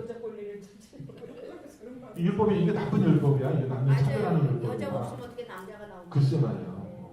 율법은 그걸 차별해요. 확실하게. 율법은 인정을 해야죠. 인정을 해야지 어쩔 수가 없어. 율법이 차별하는 거예요. 하나님의 법이 차별을 하는 거야. 그래서 하나님이 또 자기가 만들어 놓고도 짐승도 차별하잖아. 소는 먹어도 된다 그러고 돼지는 먹으면 안 된다 그러고 하나님 마음이야. 네, 맞아요. 근데 예수님 안에서는 차별이 없어요. 여자나 남자나 자유인이나 종이나 예수님 안에서는 이방이나 유대인이나 율법에 의하면은 유대인만이 깨끗한 사람이야. 우리는 다 더러운 사람이야. 이방인들은 율법에 의하면 그러니까 율법은 유대인과 이방인을 차별해요. 남자와 여자를 차별해요. 제사장과 평민을 차별해요. 그렇죠? 율법에 의하면 제사장들만 거룩한 사람이에요. 우리는 별로 안 거룩한 사람이에요. 그죠? 율법에 의하면. 율법에 우리는 나면서부터 죽을 때까지 우리는 더러운 사람이에요. 율법에 의하면. 이방인들은. 유대인들은 태어나서 7일 동안만 이렇게 더럽고 8일째부터는 계속 깨끗해요. 그죠? 죄 안 짓고 살면은. 그렇게 율법이 차별하는데 에베소서에서 말하는 게 뭐냐면 예수 안에서 그 모든 차별이 없어졌다는 거예요. 주님 안에서는 예수 그리스도 안에서는 남자나 여자나 자유인이나 종이나 성직자나 평민이나 다 상관이 없다는 거예요. 다 예수님 안에서는 하나 되었다. 이렇게 얘기를 하거든요. 그래서 우리가 예수님의 복음이 좋은 거죠. 유대인이나 이방인이나 차별이 없느니라 그렇게 되거든요. 율법이 그렇게 차별하는 이유가 있어요. 이제 그걸 우리가 이제 봐야 되죠. 왜 율법은 그렇게 남녀 차별하는가? 왜 사람 차별하는가? 피부색 가지고 차별하는가? 그런 거를 또 우리가 생각을 해봐야 됩니다. 그러면 12장으로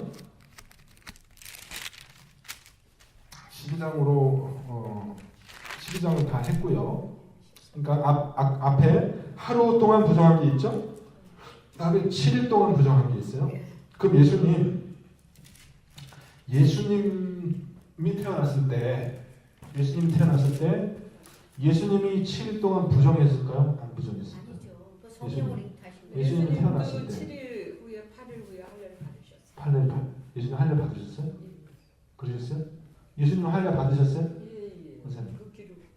예수님 할례 받으셨어요? 예수님. 예, 정결 의식 했어요. 정결 의식. 아니 할례를 받으셨어요, 예수님? 예수님 유대인으로 태어나셨잖아요. 그죠? 예수님이 할례 받으셨을까 안 받으셨을까? 7일 후에 정결 의식을 하였다 그랬거든요. 그 정결 의식이 아니요. 8일날 할례를 받는 거. 할례하고 정결 의식은 틀린데 할례는 8일째 받는 거고. 그러니까 7일 후에 8일째. 네, 8일째. 그러니까 예수님이 할례를 받으셨나 안 받으셨나? 모르겠습니다. 성경에는 없어요. 성경에 없어요. 성경에 왜 없어요? 성경에 있지. 있어요. 네. 예수님 할례 받으셨죠. 그래요? 예수님 할례 받으시고 8일째에 할례 받으시고 그때 이제 예수라는 그런 이름을 주는 겁니다. 유대인의 풍습이 그래요. 누가복음 지난번에 봤잖아요. 누가복음에 보면은 예수님이 할례를 받으시 7일이 되시고 8일째에 할례를 받으시고 예수라는 이름을 주셨다라는 제목이 나옵니다. 여러분 기억이 안 나시죠? 예. 네, 그러니까 보셔야 돼요. 그럼 정결 의식하고는 틀리나? 누가복음 보세요. 네, 정결의식하고 틀려요. 정결의식은 지금 우리가 읽었잖아요. 12절에 정결의식은 8일째 드리는 게 아니라 정결의식은 4년이 다 마르고 40일이 되었을 때 그때 정결의식은 제사를 드리는 겁니다. 제사를. 아니요, 예수님이 제사를 드리는 게 8일째 정결의식이에요. 정결 의식을 했다는 성경이에요. 아, 그런 기록은 없고요. 예수님이 8일째 세례를 받았다라는 기록과 그 다음에 예수님이 정결의식을 받았다는 기록이 있는데 예수님이 정결의식을 받은 게 8일째 받은 거가 아니라 8일째 받은 게 아니라 40일이 되어서 예수님이 정결의식을 했다라는 거예요. 자, 누가복음을 다 펴보세요. 그러니까 여러분이 그 레위기에 대한 지식이 있었으면은 이제 누가복음 그런 거를 자세히 봤을 텐데, 아 예수님 지금 할례 받았네, 아 예수님 지금 정결의 의식하러 뭐 성전에 올라갔네, 그렇게 여러분이 보셨겠지만은 레위기에 대한 지식이 없으니까 예수님이 할례를 받았는지 정결의 의식을 했는지 기억이 안 나는 거죠. 그죠? 예수님이 태어났습니다. 누가복음 몇 장에서 태어나죠? 누가복음 2장 21절에 태어났습니다. 자, 21절 보세요. 할례할 8일이 되매 그 이름을 예수라 하니 곧 잉태하기 전에 천사가 일컬은 받으라 이렇게 됐잖아요. 그죠? 할례를 받은 거예요. 여기 뭐 꼭 할례를 받았다 이제 뭐 그런 표현이 사실은 포함되어 있는 겁니다. 8일째에 할례를 받고 그 이름을 예수라 했다. 그 다음에 22절 모세의 법대로 정결 예식의 날이 참에 아기를 데리고 예루살렘에 올라가니 이는 주의 율법에 쓴 바 첫해 처음 난 남자마다 주의 거룩한 자라 하리라 한 대로 아기를 주께 드리고 또 주의 율법에 말씀하신 대로 성전에 가서 산 비둘기 한 쌍이나 혹은 어린 집비둘기 둘로 제사하려 함이더라 이렇게 했어요. 자, 언제 갔을까? 8일째에 할례하고 예수랑 일을 했잖아요. 8일째에 갔을까요? 올라간 게? 그러면 언제? 제사 드리러 갔단 말이에요. 제사 드리러. 그게 정결의 제사예요. 앞에 12절에 나오잖아요. 12장에. 레위기 12장에 뭐냐면은 40일이 되면 4년이 많으면 그때 정결의식을 행하는데 그때는 엄마랑 아기가 같이 가는 거야. 같이. 정결의식 하는. 아기만 갈 수 없잖아. 아기 젖도 먹어야 되고 또 먼 길을 가야 되는데 예수님이 갈릴리에서 걸어서 혼자서 갈 수가 없잖아. 엄마가 같이 가야 되는데 엄마가 정결해야 되니까 40일을 지나면서 40일에 일단 40일이라고 해요. 아까 뭐 40일이냐 33일이냐 이렇게 33일이냐 뭐 40일이냐 아까 변론이 있을 때 일단 40일이라고 하고 올라가서 제사를 드린 그 시점은 예수님이 태어난 지 40일이 된 그때에 올라갔다는 거죠. 그죠? 그러니까 우리는 그걸 모르고 지나간 거예요. 지금까지. 여러 번 이 말씀을 읽었는데도 지금 할례를 며칠을 받았는지 정결의식을 하는 며칠을 하는 성전에 올라간 것은 아이가 40일이 되었을 때 올라간 겁니다. 엄마랑 같이 가야 되니까. 그죠? 그 제사를 드리는 게 할례를 드리는 거는 8일째 드리는 거고 성전에 올라가는 게 네. 멀리 사는 사람들은 네. 왜 며칠을 걸려도 간다고 그랬잖아요. 그렇죠. 그러면은 이 엄마의 날짜를 맞춰서 출발을 한 거예요? 아니면은 그 날짜에 맞춰 도착을 하는 거예요? 아, 그것까지 더 복잡하네. 그것까지 자세하게 성경에 나오지는 않은 것 같은데 그것까지 나오지는 않은 것 같아요. 그럼 예를 들어서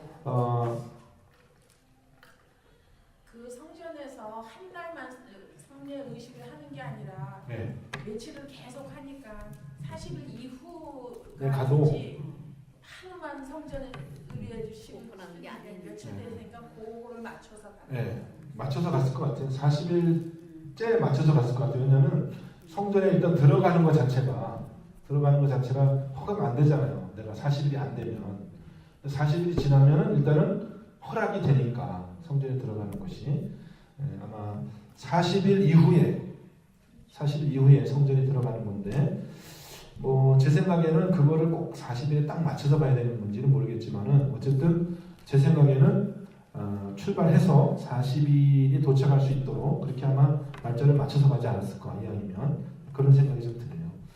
하여튼 그렇고요. 자, 그래서 하여튼 다시 들어갑니다. 예수님이 그렇게 이제 성전에 올라간 거예요. 최초로 예수님이 올라간 거는 예수님이 40일 때에 올라가서 정결의식을 하고 그때 성전에서 두 사람을 만나죠. 선지자 두 사람을 만나요. 누구와 누구를 만납니까? 선지자 시므온이라는 사람과 여자 선지자 안나라는 사람을 만나죠. 그래서 그 두 사람이 예수님을 품에 안고 예언을 하죠. 이 아기가 이제 이스라엘의 구원이 될 것이다. 이제 그런 시므온과 그 예언을 받는 장면이 누가복음에 나오는데 그게 바로 예수님이 40일 되셨을 때 있었던 사건입니다. 그 다음으로는 이제 예수님이 12살 됐을 때 사건으로 넘어가죠. 무슨 얘기인지 아시죠? 예수님이 태어났을 때, 예수님 40일 됐을 때, 예수님 12살 됐을 때 그게 있습니다. 다시 레위기 13장. 그러니까 여인이 애를 낳았을 때 정결하게 하는 예식은 40일이든지 아니면 80일이든지 그러면 예식을 정결하게 하는 제사를 드리는데 정결하게 하는 제사는 속죄제. 근데 어린 반구 둘, 그러니까 비둘기나 집비둘기나 새끼비둘기 2마리로 제사를 드린다. 양으로 원래는 양으로 제사를 드릴 수도 있어요. 오늘 그 레위기 말씀에 보면 그죠? 1년 된 어린 양, 번제를 위하여 1년 된 어린 양을 가져가고 속죄제를 위하여 집비둘기나 새끼 산비둘기를 회막무 제사장에게 데려갈 것이라 이렇게 됐거든요. 그러니까 제물이 뭐뭐하고 뭐뭐 드리냐면은 번제를 드리고 속죄제를 같이 드리는 거예요. 지금 12장 6절 하고 있습니다. 그러니까 아기 난 여인이 정결하게 되는 제사는 번제를 드리고 그 다음에 속죄제를 같이 드리는 거예요. 번제는 뭘로 드리냐? 1년 된 어린 양으로 드리는 거고 속죄제는 뭐로 드리는 것이냐? 집비둘기 새끼나 산비둘기를 가지고 제사를 드리는 거예요. 그런데 예외 규정이 있습니다. 그렇게 해야지 깨끗하게 되는데 8절 보면 그 여인이 어린 양을 바치기에 힘이 미치지 못하면 대신 뭘 드릴 수 있어요? 산비둘기 2마리나 집비둘기 새끼 2마리를 드릴 수 있는 거예요. 뭘로 드리는 거야? 하나는 번제물로, 하나는 속죄 제물로. 아까는 어린 양을 번제 제물로 드리고 집비둘기나 산비둘기를 속죄제로 드렸는데 지금은 그러니까 어린 양 1마리, 비둘기 1마리 이렇게 드렸단 말이야. 근데 지금은 어떻게 돼요? 양을 바치기에 힘이 들면 어떻게 하는 거야? 그냥 집비둘기나 산비둘기를 2마리를 드리는데 1마리는 번제로 드리고 1마리는 속죄제로 드리라. 그러면 이제 깨끗하게 된다. 아셨죠? 여기 이제 아직 여기 더 애 낳으실 분은 없으실 것 같은데 혹시 애 낳으시면 제사한 집비둘기 2마리 있는지 제사 드셔보시기 바랍니다. 자, 13장. 자, 13장에 나오면 13장은 뭐냐? 피부병을 진단하는 방법. 피부병. 그럼 이제 왜 또 갑자기 또 피부병이냐? 지금 오락가락 하잖아요. 그죠? 이게 먹어도 되냐, 안 먹어도 되냐, 무슨 짐승 얘기하다가 또 이제 출산한 여인 하다가 이제 피부병, 나병으로 옮겨왔는데 나병은 아주 중증, 부정한 중에서도 아주 중증. 이거는 정해진 기간이 없어요. 뭐 40일, 뭐 80일 그게 없어요. 이거는 하여튼 병이 안 나면은 계속해서 영구적으로 부정하는 거예요. 그러니까 진짜 심각한 거죠. 이제 이 나병의 진단법에 대해서 13장에서 쭉 이야기하고 있습니다. 근데 이것도 반복이 되고 있기 때문에 우리가 1절부터 8절까지만 읽으면은 그 나머지는 똑같은 얘기가 또 반복되니까 1절부터 8절까지는 우리 한번 교독하겠습니다.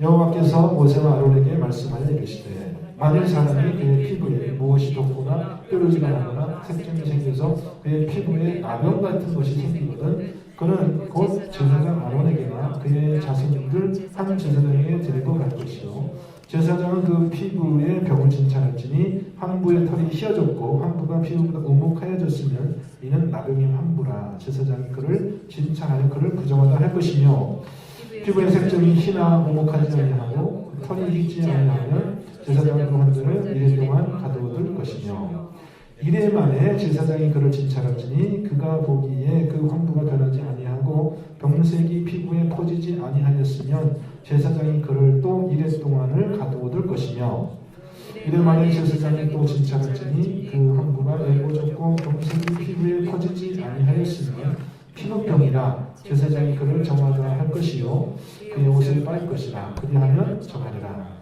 그러나 그가 정결한지를 제사장에게 보인 후에 병이 피부에 퍼지면 제사장에게 다시 보일 것이요 제사장은 진찰할지니 그 피부 부정하다 할지니가 이는 나병임이니라. 이렇게 되었습니다. 자, 그러면 여기 보면은요 피부병을 진단하는데 1절부터 8절까지는 피부 중에서도 2절이 포인트. 2절 보세요. 만일 이런 일이 있으면 뭐냐?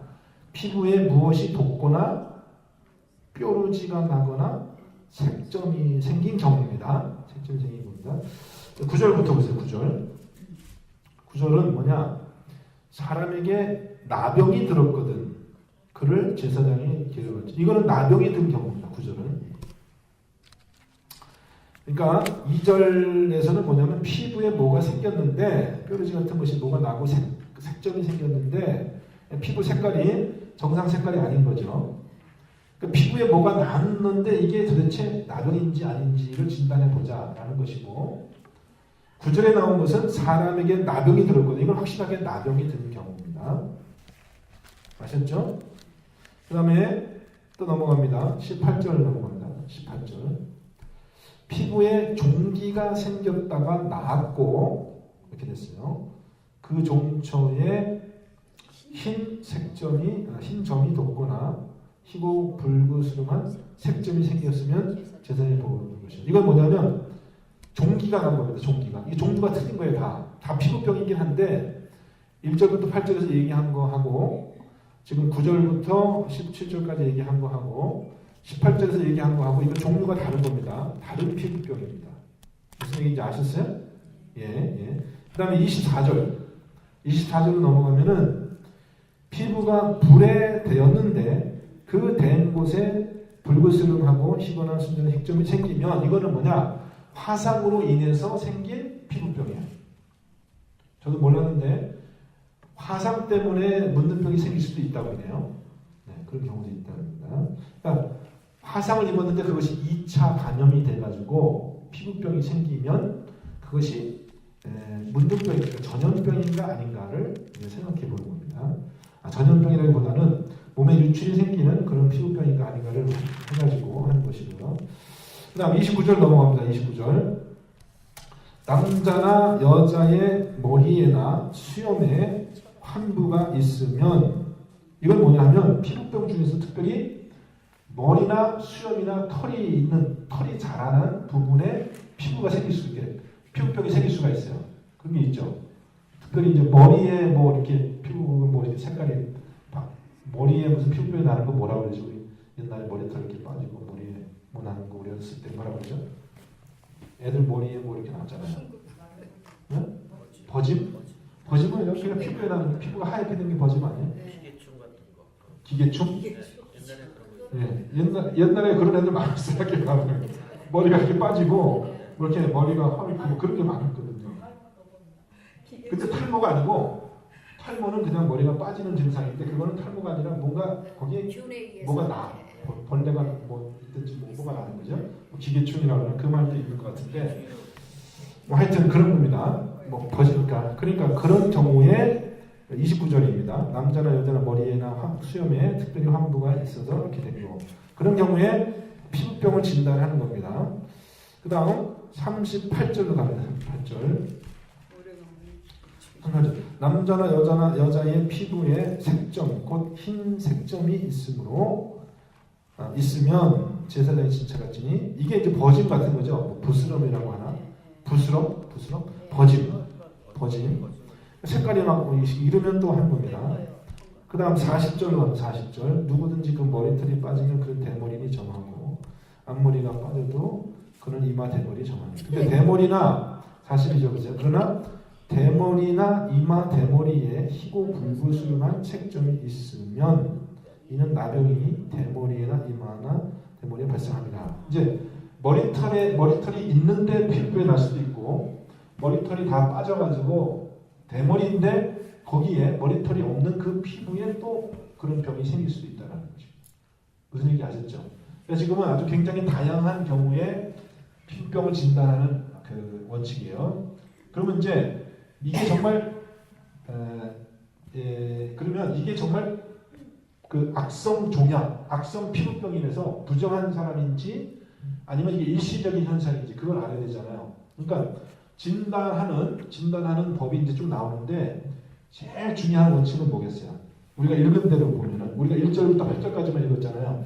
거기 보면 진단하는 중요한 원칙이 다 나와요. 그러면 누가 진단합니까? 실제로 병인 진단은 누가 해요? 일단은 제사장한테 가져가요. 근데 의사가 없어요. 제사장이 다 진단하는 거예요. 의사가 없고. 제사장이 진단하는데 데리고 왔어요. 그러면 처음에 제사장이 뭘 봅니까? 제일 중요하게 뭘 봅니까? 색깔. 우리가 읽은 거, 색깔이 흰식의 변색이 정상적인 피부 색깔이냐 아니면 색이 변색이 있냐, 그걸 보고, 두 번째는 뭘 봐요? 우묵하게 피부가 들어갔냐 안 들어갔냐, 그걸 보는 거예요. 그러면 이제 둘 중에 하나, 색깔은 변했는데 별로 우묵하진 않다. 아니면 거꾸로 우묵한데 색깔이 정상이다.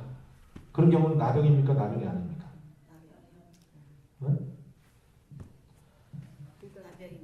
둘 다 있어야지 그걸 나병이라고 진단하는 거예요. 진단하는 방법이 둘 다 있으면, 색깔도 변색이 있고 피부도 우묵하게 들어가면 이거는 확실하게 나병이다 생각하고, 일단 나병이라고 진단을 하는데 그냥 당장 진단하는 게 아니라 절차가 있단 말이에요. 어떻게? 일단 이 사람이 나병인 것 같은데 확실한지 안 하는지 알아보기 위해서 어떻게 하는 거예요? 7일 동안 너 집에 들어가 있어. 못 나와. 격리시키고 7일 후에 다시 제사장에 가서 봤는데, 그때는 뭘 보는 겁니까? 그때는 뭘 보는 거예요? 7일 뒤에는 뭘 보냐? 제일 중요한 게 이 병이 진행되고 있느냐, 더 퍼졌느냐, 아니면은 점점 아물고 있느냐, 그걸 보는 거죠. 병이 진행돼서 뭐가 퍼진 게 있으면은 이거는 이제 확실히 나병이다 해서 이 사람을 부정하다 이렇게 선언을 해버려요. 그럼 이 사람은 이제 나병이 됩니다. 날 때까지. 언제인지 모르지만 그때부터 날 때까지 이제 부정하게 되는데, 나병에 걸린 사람들은 굉장히 비참합니다. 비참합니다. 머리를 풀고 입술을 가리고 부정하다 그러면서 진영 바깥에서 혼자 살아야 돼요. 집에도 못 들어오고 성례도 못 들어오고 아주 비참한 생활을 하게 되는 겁니다. 자, 그렇게 이제 그냥 진단하는 원칙의 제일 중요한 원칙은 뭐냐? 피부의 색깔이 변했냐, 피부가 오목하게 들어갔냐, 이거를 보고 그다음에 일주일을 기다리면서 병이 진행되느냐 안 되느냐, 그거예요.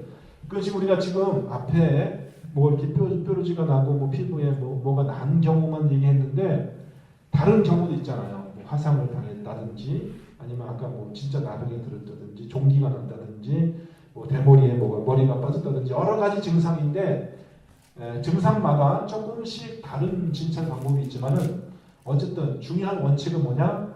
일주일을 기다려 본다는 거죠. 그 기다리면 병이 퍼졌으면 나병이 안 펴졌으면 또 정하다 할 수도 있는 거 정하다. 만약에 이 사람을 나병이 의심이 돼가지고 데리고 왔는데 딱 보니까 아닌 것 같아, 괜찮은 것 같아. 그럼 어떻게 집에 가 이렇게 해요? 또 일주일 동안 기다리는 거예요. 그냥 바로 집에 가는 게 아니라 일주일 기다려가지고 괜찮다 싶으면 그때 정하다, 깨끗하다 하고 집에 돌려보내고 이 사람은 병이 안 걸린 사람은 병이 의심이 되었지만 병이 안 걸린 사람은 집에 가 그러면 그냥 집에 가면 돼요. 그날 가서 옷을 빨고 몸을 씻고 그 다음에 저녁까지 기다리면 이 사람은 깨끗한 사람이 되는 거예요. 병이 없었으니까. 근데 병이 처음부터 안 걸린 사람은 그렇게 절차가 간단한데 병이 걸렸다 해서 나병 환자로 진단을 받은 사람이 병이 나아가지고 치유가 돼가지고 다시 돌아올 때는 절차가 굉장히 복잡해요. 그 사람 제사도 드려야 되고요. 여러 가지 깨끗하게 되는 예식이 복잡하게 있습니다. 무슨 얘기인지 아셨죠? 네. 그러면은 자 오늘은 그 나병의 진단까지 했습니다. 나병의 진단까지 했고요. 그 자세한 내용을 또 여러분들이 보세요. 그 내용 좀 보시고요. 그다음 우리가 이제 오늘 46절까지 했는데 47절부터는 또 뭐가 있냐 하면은 의복, 옷에 생기는 옷이나 가죽에 생기는 일종의 이것도 피부병이라고 할 수 있어요. 근데 이거는 사람에게 생기는 병이 아니라 옷이나 가죽에 곰팡이가 생기는 경우가 있어요. 옛날에 제가 보스턴에 살 때 옷장 전체가 곰팡이 덮였어요. 그래가지고 깨끗하게 씻고 옷장에서 청소하고 이거 다 빨래다 보내고 그리고 와서 그 여름철에 막 습기가 많고 그래서 곰팡이가 쓸어나온다 하고 그런가 보다 하고 다 말리고 다시 해가지고 또 세탁까지 다 돈 주고 해가지고 깨끗하게 해가지고 다시 옷을 버릴 수가 없으니까 다 갖다 놨거든요. 며칠 만에 다시 또 시퍼렇게 되는 거예요. 안 없어져. 빨래방에 다 갖다가 빨래하고 왔는데 안 없어져. 그럴 수도 있어요, 여러분. 그 안에 옷장 안에 옷장 안에 뭐가 있어서 그런가? 하여튼 그게 안 돼가지고 옷을 다 버렸어요, 그냥. 그러니까 이 곰팡이도 그런 종류가 있나 봐요. 옷에도 그렇게 쓰는 곰팡이가 있는 것 같아요. 그래서 하여튼 옷에 피부병이 생긴 경우에 대해서 47절부터 쭉 이야기하고요. 14장은 무엇이냐? 14장은 아까 제가 얘기했죠. 14장은 정결하게 하는 날의 규례라고 했어요. 우리가 아까 정결하게 하는 날의 규례 아까 봤었죠. 출산한 여인의 경우를 봤었잖아요. 그죠? 그래서 번제와 속죄제를 드리는 거예요. 비둘기로. 그거와 비슷한데 14절은 조금 더 심각한 경우입니다. 조금 더 심각한 경우, 실질적으로 나병으로 진단받은 사람이 이제 나병이 날 수도 있어요. 어떤 이유로 해서 날 수도 있죠. 안 날 수도 있지만 날 수도 있거든요. 자연적으로 치유가 될 수도 있거든요. 또 예수님이 나병 환자들을 많이 고쳐주셨잖아요. 예수님이 나병 환자들을 고쳐주시고 나서 나병 환자들에게 뭐라고 얘기를 해요? 너 이제 병이 났으니까 어떻게 하라고 얘기를 해요? 제사장에서 가서 보이고 모세가 명한 예물을 드리라 했단 말이에요. 그게 이거예요, 14장. 예수님이 누구의 이제 나병을 고쳐주면 그 사람이 나 병 났어 그리고 뭐 좋아 이렇게 다니는 게 아니고 병이 난 것을 반드시 제사장에 가서 확인을 받아야지 들어올 수 있는 거예요, 진영에. 그죠? 병이 났는지 지 마음대로 났다고 난 게 아니라 제사장이 진찰을 해가지고 났다 확인이 되면은 이제 자기 집으로 돌아올 수 있는데 그것도 바로 돌아오는 게 아니라 14장에 아주 복잡한 규례가 있어요. 그 규례를 따라서 절차를 따라서 자기 집으로 돌아오는데 제사도 드려야 되고 여러 가지 절차가 있어요. 이것이 바로 정결케 되는 정결의 제사, 정결의 제사. 정결의 제사가 있는데 이게 중요한 겁니다. 14절. 예. 환자가 다시 나서 돌아와도 네. 제사를 지낼 때 여자 환자가 드리나요? 아니면은 거기 집에 그러니까 여자 환자가 드리나요 제사를? 여자 환자가 나서 다시 돌아왔을 때. 여자 환자가 나서 다시 돌아왔을 때, 뭐 여기 보면은 남자나 여자나 동일한 규례로 그렇게 되어 있거든요. 예, 그래서 제사 드리는 건 아마 동일한 규례예요.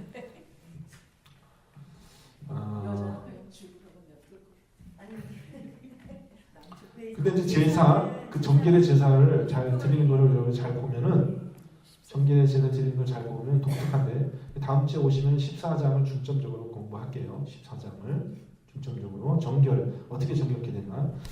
중요한데 일단은 제사 바깥에서부터 시작해요. 진영 바깥에. 이 사람이 진영 바깥에 있잖아요. 그러니까 제사장이 나가야 돼요. 이 사람이 들어와서 진찰을 받을 수는 없어요. 제사장이 진영 바깥으로 나가서 거기서 진찰한 다음에 깨끗하다 싶으면 거기서 일단 뭐 피도 바르고 관유도 바르고 해가지고 깨끗하게 되는, 오른쪽 귓불이, 오른쪽 엄지손가락. 그러니까 제사장 처음에 위임식 할 때 했던 거 기억나시죠? 먼저 기름 바르고, 먼저 씻고 물로 씻고 옷 입히고 그 다음에 기름 바르고 그 다음에 피 바르고 하는 식으로 바깥에 나가서 진찰해가지고 깨끗하게 병이 낫다 싶으면은 그 사람에게 바깥에서 제사를 드려요. 바깥에서 정결하게 하는 제사를 드려요. 제사는 원래 안에서 드려야 되는 건데, 그러면 제사 드리고 나서 집으로 돌아온단 말이에요. 그러니까 집으로 돌아와서 그냥 되는 게 아니라 집에 둬서 또 일주일 동안 감금돼 있어. 혹시라도 모르니까. 그럼 일주일 동안 하는데 일주일 후에 또 가서 보는 거야. 괜찮은가? 그럼 또 괜찮다 싶으면 또 일주일을 또 기다려. 일주일 2번 기다리는 거예요. 그럼 또 일주일 후에 가서 또 보니까 또 괜찮아. 그러면 이제 완전히 깨끗하게 됐으니까 이제는 제사를 드려라. 그러면 이제 정식으로 또 제사를 드리는 거예요. 그때는 이제 속죄제요, 정결제를. 그러니까 바깥에서 드린 제사는 약식 제사고 들어오게 하기 위한, 안에서 드리는 제사는 또 다른 제사를 또 드리는, 그런데 그런 복잡한 예식이 있어서요. 14장 우리가 굉장히 주목해서 봐야 됩니다. 자, 그 다음에 33절, 14장 33절 넘어가면은 이번에는 집에서 생기는 곰팡이에 대해서 나와요. 집에서 생기는 곰팡이. 14장 33절. 14장 33절로 가면은 집에서 곰팡이가 생기, 집에도 곰팡이가 생길 수 있어요. 근데 여기서 보니까 나병인데요. 네. 나병 곰팡이. 네, 이게 다 나병이에요 지금. 그런 것들이 사람의 몸에, 나병에 대해서 제가 잘 모르지만 특별히 나병에 대해서 그때는 굉장히 파퓰러했던 그 당시 예수님 당시. 그렇죠. 네, 많았죠 나병 환자들. 우리나라도 옛날에 많았죠. 나병이 많았잖아요. 많았죠. 우리 어렸을 때는 막 곰팡이를 통해서 이렇게 되는 것 같은데 일종의 저는 일종의 뭐 그렇지 박테리아 성이죠. 요즘은 그렇게 많지 없잖아요. 저희. 그렇지. 요즘은 위생도 잘 돼 있고 그래서 그런가요? 격리 시설도 좋고 그래서 안 보이는 거죠. 안 보이고 또 숫자도 줄였을 테고 아무래도 위생이 좋아지니까. 이 나병이 하나 박테리아가 돼서 네. 옷이나 집이나 이렇게 다 있는군요. 사람에게만이 아니라. 네. 그러니까 이거는 아주 종합적인 거예요. 근데 제가 여러분에게 지금 왜 이렇게 덤성덤성 너무 띄고 있냐면은 11장부터 15장까지 구조가 있어요. 구조가 어떤 구조냐면 샌드위치 구조가 있어요. 아까 전에 14장이 중심에 있는 건데요. 14장 아까 보냐면 정결하게 되는, 나병이 치유된 사람이 정결하게 되어지는 그런 예시라고 했잖아요. 그 앞에 보면은 뭐냐면 옷에 곰팡이가 나는 얘기가 있고 앞에 바로 앞에는, 그 후에는 뭐냐면 지금 집에 곰팡이가 나는 게 있어요. 집에. 이건 물건에 대한 거잖아요. 물건. 옷이나 집, 의식주. 옷에 대해 곰팡이가 나는 게 있고 정결의 그 예식 14장에 나오고 그 다음 14장 뒤에 집에 곰팡이가 나는 게 있고 그 다음에는 뭐가 있냐면은 유출병에 대한 게 있어요. 유출병에 대한 것이 나와요.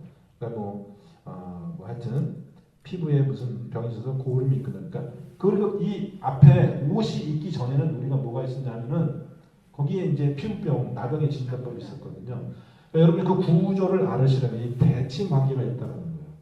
아시죠? 제일 가운데는 깨끗하게 되는 예식이 있고 그 바로 앞에는 옷의 곰팡이가 나는 게 있고 그 바로 위에는 집의 곰팡이가 그러니까 옷하고 집이 서로 대응이 되는 거예요. 대응이 되는 것이고 그 바로 앞에는 피부병, 나병에 대한 진단이 있고 여기로 가보면 여기는 유출병에 대한 진단인데 이 유출병이라고 하는 것이 결국 나병하고 별로 그렇게 다른 게 아니거든요. 그 다음에 이제 그 앞에는 또 산화에 대한 것이 있고 먹는 것에 대한 것이 있잖아요.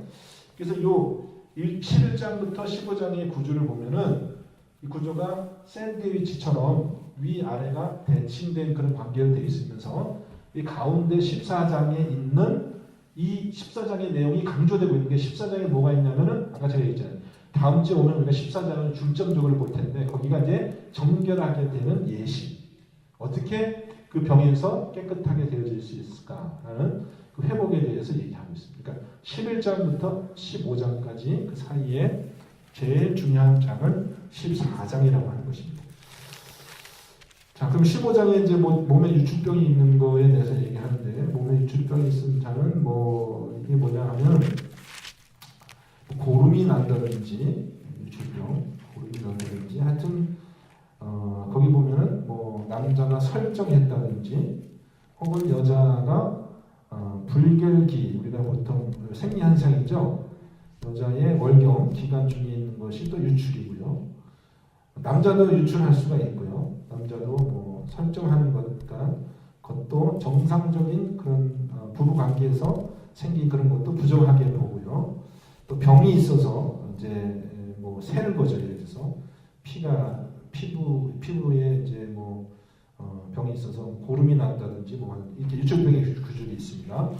그렇게 해가지고요. 그러니까 아셨죠? 나병이 있고 유출병이 있고 그 다음에 옷에 대한 곰팡이가 있고 집에 대한 곰팡이가 있고 거기에 이제 이 정결하게 되어지는 제사가 있고 거기까지 15장까지 끝난 다음에 16장에 이제 뭐가 있냐면은 여기가 속죄일인데 속죄일이라고 하는 것은 지난번에 제가 여러 번 설명드렸죠. 안식일 중에 안식일 가장 안식일 그러니까 홀리 오브 홀리 거룩이 두 번 있으면 지극히 거룩하다고 하는 것처럼 속죄일은 안식일 중에 안식일이에요. 안식일이 두 번 있는 거니까 이것은 지극한 안식일이라고 우리가 번역할 수 있죠. 히브리서 법상에 그 제사가 나오는 거예요. 그러니까 1년에 한 번 드리는 이 제사는 뭐냐면 이 앞에 있는 모든 제사 정결케 하는 그런 모든 제사보다 더 뛰어난 그런 제사로 1년 동안에 이스라엘의 모든 부정함을 한꺼번에 해결해주는 그런 제사가 있고 거기서부터 이제 반환점이죠. 거기가 이제 레위기의 반환점이고 그 뒤에 가보면 이제 25장에 나오는 레위기 전부 27장까지 있죠. 25장에 가면 이제 신년의 법이 나오거든요. 신년의 법 25장. 그러니까 신년의 법에 가면은 이 신년의 법은 안식년 중에 안식년이에요. 욕해서 죄송한데요. 안식년 중에 안식년.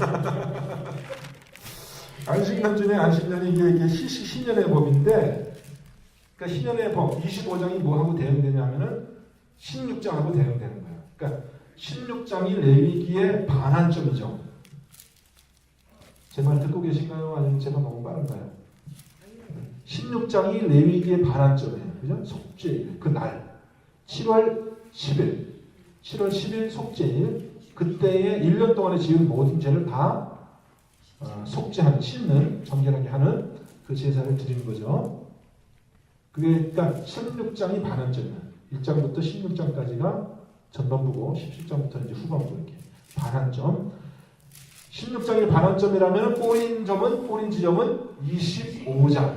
그죠? 25장이 이제 꼬린 지점이에요. 꼬린 지점. 반환점이 꼬린 지점. 꼬리 25장에 꼬리하고 나서 그 다음에 뭘 또 26장은 또 뭐 있고 26장은 뭐고 27장은 뭐냐? 이것은 율법에서 우리가 복과 저주라고 하는 것이 붙어 있어요. 뭐냐면은 이러이러한 25장까지 신의 법까지 그런 모든 모세가 만든 모든 법을 잘 지키면 복을 받고 이러한 복을 받고 이러한 복을 받고 이러한 복을 이러한 복을 이러한 복을 받고 잘 지키지 않으면 이러한 저주를 받는다. 이것은 모든 율법의 뒤에 붙어있는 그런 조항이거든요. 상벌 규정이 따라 나온다는 겁니다. 그럼 아셨죠? 대충 아셨어요? 예. 대충. 그리고 앞에는 1장부터 16장까지는 예식법, 제사법이 많이 나오는데 이제 16장 지나서 10장, 17절, 17장부터 앞에 이제 25장 가기 24절까지는 다 무슨 법이냐면은 제사장이 지켜야 되는 법, 제사장도 물론 지켜야 되지만 평민들이 일상생활 속에서 따라가야 되는 도덕법과 시민법이 주도한 내용이 나온다는 것입니다. 무슨 얘기인지 아셨죠?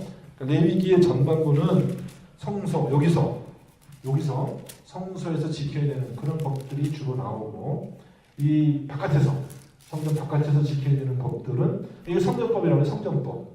예수님이 바리새인 되고 변론할 때 나오거든. 성전법이 나오거든요. 성전에서의 법은 바깥에서의 법하고 같아요, 틀려요? 완전히 틀려요. 성전 바깥에서 지내는 법하고 성전 안의 법하고는 완전히 틀린 거예요. 그러니까는 성전법은 주로 이 제사장들이 주로 신경 써야 되겠죠. 제사장들이 성전에서 주로 활동하니까. 그러니까 이게 제사장들 위한 법이고, 전반부는. 뒤에는 성전을 벗어나서 보통 생활하면서 거룩하게, 하나님을 거룩하게 해야 되는 그런 시민들이 지켜야 되는 시민법과 도덕법 같은 것들이 주로 나오고 있습니다. 그 차이도 또 아시고요. 그렇게 이제 레위기 구조가 되어 있습니다. 오늘은 여기까지 공부 마치도록 하겠습니다. 혹시 질문 내용 있으세요?